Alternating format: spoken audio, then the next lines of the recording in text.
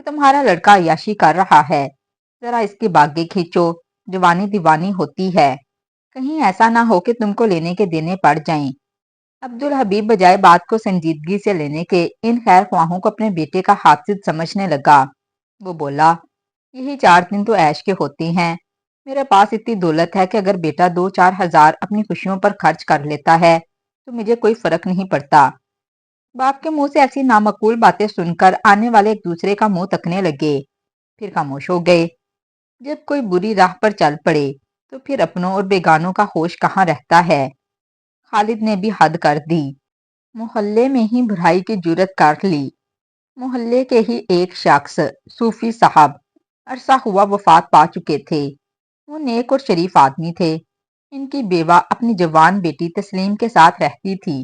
دونوں بے سہارا عورتوں کا کوئی نہ تھا، لہذا محلے والے ہی مل جل کر ان کی کفالت کرتے تھے۔ عبدالحبیب بھی ہر ماہ کچھ رقم اس غریب گھرانے کو دے دیا کرتے تھے۔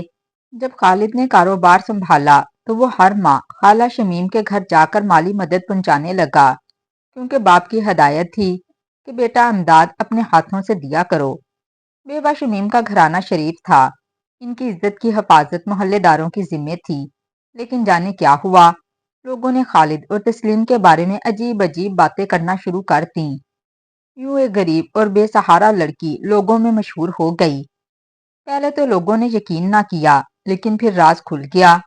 تسلیم خالد کی چکنی چپڑی باتوں میں آ کر شادی کے وعدوں میں اپنا سب کچھ لٹا بیٹھی تھی، بلکہ اس کے ساتھ قابل اعتراض تصویریں بھی کھنچوا لیں۔ خدا جانے کیسے اس ناعاقبت اندیش نے اسے شیشے میں اتارا۔ بدماش خالد نے یہ تصویریں اپنے دوستوں کو بڑے فخریہ انداز میں دکھائیں، اور دوستوں کے ہاتھوں سے ہوتی ہوئی چند تصویریں بزرگوں تک بھی پہنچ گئیں۔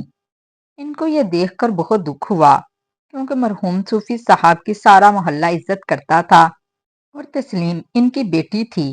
بزرگوں نے خالد کے والدین کو آ کر سمجھایا کہ اب اس کا حل یہی ہے کہ اس لڑکی کی شادی خالد سے کر دی جائے، ورنہ اس کی زندگی برباد ہو جائے گی اور کوئی اسے قبول نہ کرے گا۔ مگر وہ نہ مانے اور سارا الزام لڑکی پر ڈال دیا۔ انہوں نے کہا کہ دولت کے لالچ میں آ کر اس لڑکی نے ہمارے بیٹے کو اپنی زلفوں کا اسیر کیا ہے اور برے رستے پر ڈالا ہے، تو ہم کیوں کر اس لڑکی کو بہو بنا کر لائیں۔ سمجھانے والے ناکام واپس آ گئے، بات آئی گئی ہو گئی۔ کچھ عرصے بعد کسی شریف انسان نے اس بدنصیب لڑکی کو قبول کر لیا اور اس کی زندگی تباہ ہونے سے بچ گئی۔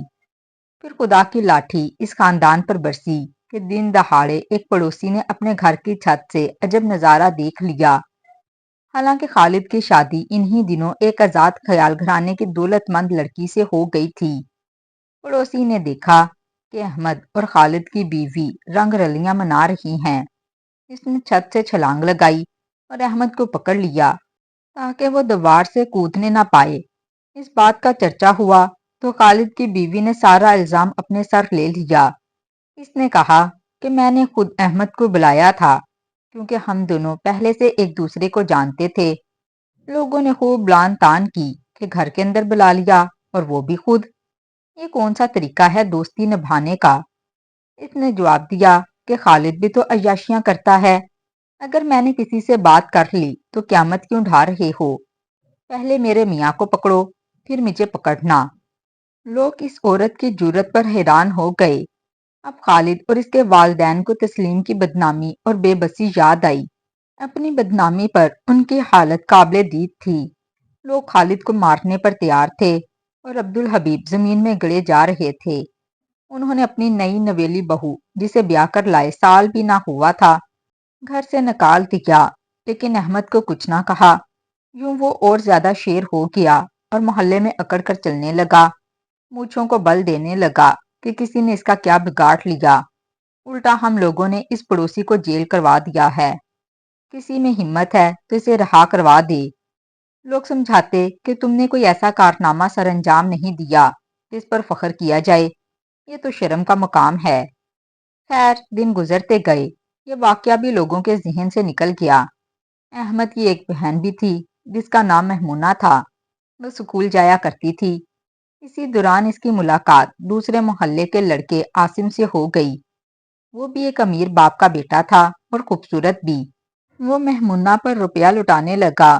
وہ میٹرک میں تھی کہ اس کا رشتہ آ گیا۔ والدین کو یہ رشتہ اتنا پسند آیا کہ فوراً ہاں کر دی۔ جب لڑکی نے سنا تو پریشان ہو گئی اور والدہ سے کہا کہ میں یہاں شادی نہیں کروں گی۔ اگر آپ نے زبردستی میری شادی کی تو میں گھر سے بھاگ جاؤں گی۔ آپ پھپھو کو رشتے سے منع کر دیجئے۔ بیٹی کی زبان سے یہ سن کر ماں حیران ہوئی لیکن خاموش ہو گئی۔ یہ بات گھر کے مردوں سے کہنے کی نہ تھی ورنہ مہمونہ کو مارتے۔ بیٹی کو باپ اور بھائی کی مار سے بچانے کی خاطر ماں نے چپ سادھ لی۔ ادھر اس کے والد نے رشتہ لانے والوں سے شادی کی تاریخ مانگ لی تو مہمونہ اس قدر پریشان ہوئی کہ اس نے عاصم کو خط لکھ دیا۔